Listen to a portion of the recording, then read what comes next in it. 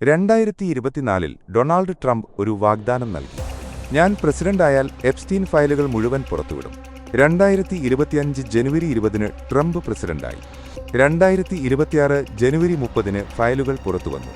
പക്ഷേ 3.5 മില്യൺ പേജുകളിൽ ഭൂരിഭാഗവും കറുത്ത മഷിയിൽ മൂടിയിരിക്കുന്നു. തീയതികൾ മാത്രം. എന്താണ് അവർ മറച്ചുവെക്കുന്നത്? ആരെയാണ് രക്ഷിക്കാൻ ശ്രമിക്കുന്നത്? 30 ലക്ഷത്തിലധികം പേജുകൾ, 2000 വീഡിയോകൾ, 1,80,000 ചിത്രങ്ങൾ. എന്നാൽ സത്യം ഇപ്പോഴും ഇരുട്ടിൽ. ഇതാണ് എപ്സ്റ്റീൻ ഫയലുകൾ. ലോകത്തിലെ ഏറ്റവും വലിയ ഗൂഢാലോചനയും കവറപ്പും. ആരാണ് ജെഫ്രി എപ്സ്റ്റീൻ? എന്താണ് ഈ ഫയലുകളിലെ രഹസ്യം? ഏതൊക്കെ പ്രമുഖരുടെ പേരുകൾ ഇതിൽ വരുന്നു? ഇന്ത്യൻ ബന്ധം എന്താണ്? എന്തുകൊണ്ടാണ് ഇയാളെ ജയിലിൽ വെച്ച് ദുരൂഹമായി മരിക്കേണ്ടി വന്നത്? Jeffrey Epstein. ഇന്നീ പേര് കേട്ടാൽ തന്നെ ലോകമാകെ വിറയ്ക്കും. 1953 ന്യൂയോർക്കിലെ ബ്രൂക്ലിനിൽ ജനിച്ച എപ്സ്റ്റീൻ ആദ്യമൊരു സ്കൂളിൽ ഗണിത അധ്യാപകനായി ജോലി ചെയ്തു. പക്ഷേ അയാളുടെ സ്വപ്നം മറ്റൊന്നായിരുന്നു: പണവും അധികാരവും. 1970കളിൽ വാൾസ്ട്രീറ്റിൽ കയറി.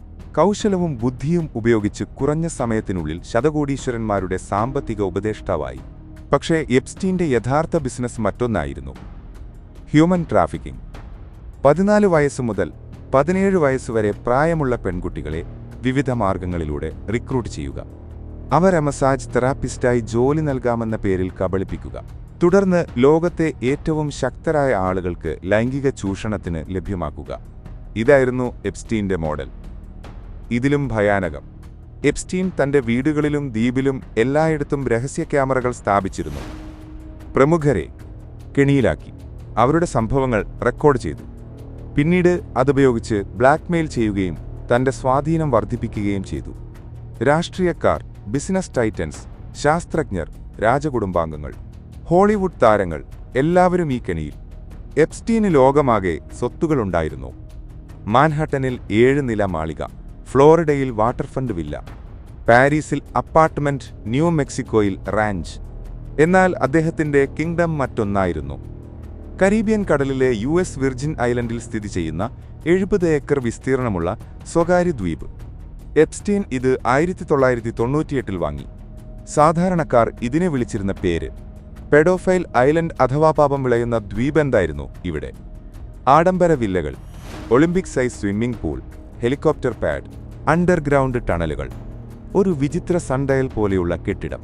പലരും പറയുന്നത് ഈ കെട്ടിടം രഹസ്യക്രിയകൾക്കുള്ളതെന്ന്. എല്ലായിടത്തും ഒളിപ്പിച്ച ക്യാമറകൾ. എങ്ങനെ പ്രവർത്തിച്ചു?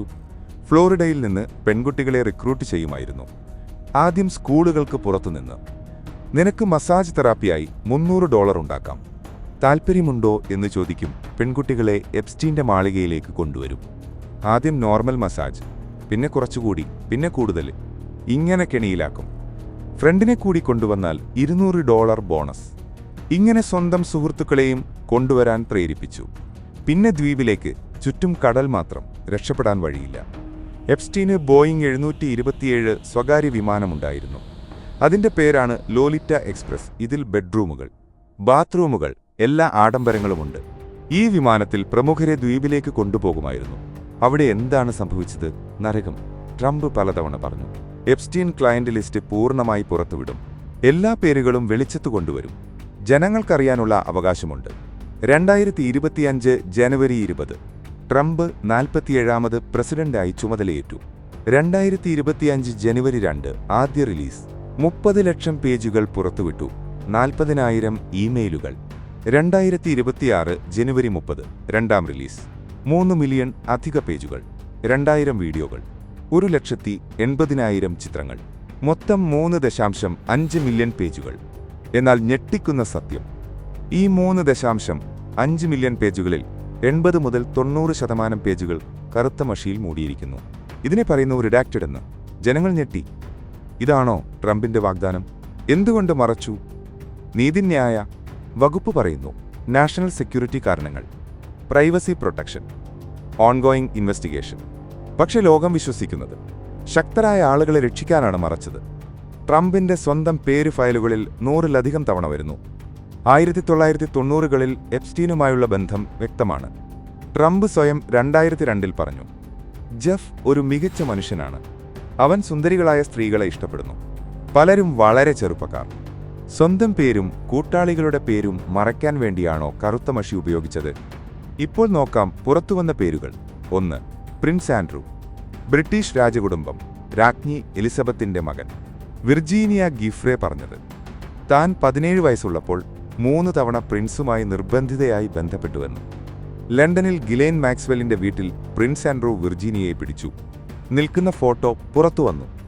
പ്രിൻസ് നിഷേധിച്ചെങ്കിലും 2022 12 പൗണ്ട് മില്യൺ സെറ്റിൽമെന്റ് നൽകി. രാജകീയ ചുമതലകൾ ഉപേക്ഷിച്ചു. 2. Bill Gates. 2013 മുതൽ എപ്സ്റ്റീനുമായി അടുത്ത ബന്ധം. ഗേറ്റ്സ് എപ്സ്റ്റീന്റെ മാൻഹട്ടൻ മാളികയിൽ 1-ലധികം തവണ സന്ദർശിച്ചു. പുതിയ ഇമെയിലുകളിൽ ഗേറ്റ്സിന് ഒരു റഷ്യൻ യുവതിയിൽ നിന്ന് ലൈംഗിക രോഗം പിടിപെട്ടെന്നും അത് മറച്ചുവെക്കാൻ എപ്സ്റ്റീൻ സഹായിച്ചെന്നും ഗേറ്റ്സിന്റെ വക്താക്കൾ ഇത് കടുത്ത നിഷേധിച്ചു. 3. Bill Clinton. ലോലിത്ത എക്സ്പ്രസ് വിമാനത്തിൽ 26 തവണ യാത്ര ചെയ്തു. ഫ്ലൈറ്റ് ലോഗുകൾ ഇത് തെളിയിക്കുന്നു. ക്ലിന്റൺ ദ്വീപിൽ പോയോ എന്നത് അവ്യക്തം. പക്ഷേ എപ്സ്റ്റീനുമായുള്ള ബന്ധം വ്യക്തമാണ്. 4. Donald Trump. 1990കളിൽ എപ്സ്റ്റീനുമായി അടുത്ത സുഹൃത്തുക്കൾ. പ്രൈവറ്റ് പാർട്ടികൾ, സോഷ്യൽ ഇവന്റുകൾ എല്ലായിടത്തും ഒരുമിച്ച്. 2004 പിണക്കം. കാരണം ഫ്ലോറിഡയിലെ ഒരു പ്രോപ്പർട്ടി ഡീൽ. ചിലർ പറയുന്നു ഒരു സ്ത്രീയെ ചൊല്ലിയുള്ള വഴക്കാണെന്ന്. 5. Stephen Hawking. 2018 മരിച്ച മഹാനായ ശാസ്ത്രജ്ഞൻ. അദ്ദേഹത്തിന്റെ പേര് ഫയലുകളിൽ വന്നപ്പോൾ ലോകം ഞെട്ടി. സത്യമെന്താണ്? 2006 സെന്റ് തോമസിൽ ഗ്രാവിറ്റി പോലുള്ള വിഷയങ്ങളെക്കുറിച്ചുള്ള ശാസ്ത്രീയ സമ്മേളനം നടന്നു. നോബൽ സമ്മാന ജേതാക്കൾ ഉൾപ്പെടെ 20-ലധികം ശാസ്ത്രജ്ഞന്മാർ പങ്കെടുത്തു. എപ്സ്റ്റീൻ ഈ കോൺഫറൻസിന് സ്പോൺസർ ചെയ്തു. ഹോക്കിംഗ് അവിടെ ലെക്ചർ നൽകി. ചിത്രങ്ങളും വീഡിയോകളുമുണ്ട്. 2015 എപ്സ്റ്റീൻ ഒരു ഇമെയിലിൽ എഴുതി, സ്റ്റീഫൻ ഹോക്കിംഗ് അണ്ടറേജ് ഓർജിയിൽ പങ്കെടുത്തു എന്ന് തെളിയിക്കാൻ കഴിയുമോ? ഇത് എപ്സ്റ്റീൻ വിർജീനിയ ഗിഫ്രെയുടെ ആരോപണങ്ങളെ നിഷേധിക്കാൻ ശ്രമിച്ചപ്പോൾ എഴുതിയതാണ്. ഹോക്കിങ്ങിനെതിരെ യാതൊരു നേരിട്ടുള്ള ആരോപണവുമില്ല. വിർജീനിയ ഗിഫ്രെ ഒരിക്കലും ഹോക്കിങ്ങിനെക്കുറിച്ച് പരാതിപ്പെട്ടിട്ടില്ല. സത്യമെന്തെന്നാൽ ഹോക്കിംഗ് നിയമാനുസൃതമായ ശാസ്ത്ര സമ്മേളനത്തിൽ പങ്കെടുത്തു. എപ്സ്റ്റീൻ പ്രമുഖരുമായി ബന്ധപ്പെട്ട് സ്വന്തം പ്രതിച്ഛായ മെച്ചപ്പെടുത്താൻ ശ്രമിച്ചു. മറ്റു പേരുകൾ: പീറ്റർ തീൽ, പേപാൽ സഹസ്ഥാപകൻ; ടോം ബാരക്, ട്രംപിന്റെ അടുത്ത സുഹൃത്ത്; ലെസ് വെക്സ്നർ, വിക്ടോറിയ സീക്രട്ട് ഉടമ; Jean Luc Brunel, modelling agent. 2022 ജയിലിൽ വെച്ച് മരിച്ചു. നരേന്ദ്രമോദി. 2017 ഇസ്രായേൽ സന്ദർശനവുമായി ബന്ധപ്പെട്ട് എപ്സ്റ്റീൻ അയച്ച ഇമെയിലുകളിൽ മോദിയുടെ പേര് പരാമർശം. അത് ഒരു സാധാരണ രാഷ്ട്രീയ ചർച്ചയുടെ ഭാഗം മാത്രമാണെന്ന് വിദേശകാര്യ മന്ത്രാലയം വ്യക്തമാക്കി. അനിൽ അംബാനി ഫയലുകളിൽ 100-ലധികം തവണ പേര് വരുന്നു. ട്രംപിന്റെ അടുത്ത സർക്കിളുമായി ബന്ധപ്പെടാൻ താൽപ്പര്യപ്പെട്ടതായി. ഹർദീപ് സിംഗ് പുരി, കേന്ദ്രമന്ത്രി. ചില മീറ്റിംഗുകളുമായി ബന്ധപ്പെട്ട് പേര് പരാമർശം. എപ്സ്റ്റീന്റെ മരണം. 2019 ഓഗസ്റ്റ് 10.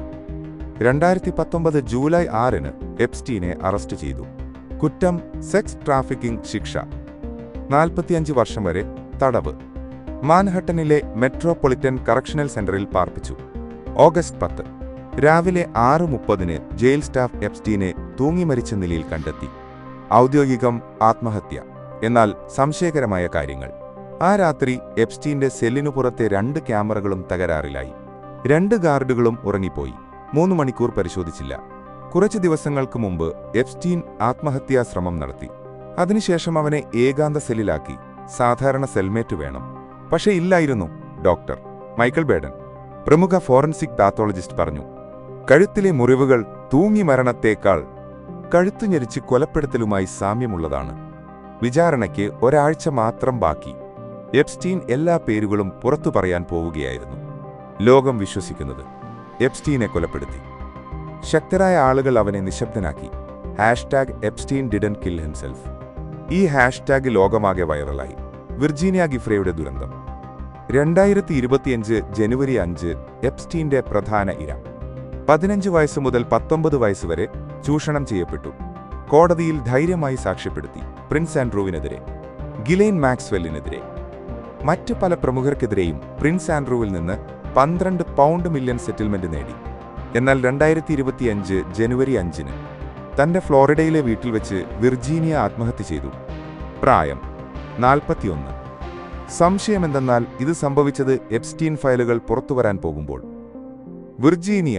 കൂടുതൽ പേരുകൾ പുറത്തു പറയാൻ പോവുകയായിരുന്നു. പെട്ടെന്ന് മരണം. 2 പ്രധാന സാക്ഷികളും മരിച്ചു. ഒരാൾ ജയിലിൽ, മറ്റൊരാൾ വീട്ടിൽ.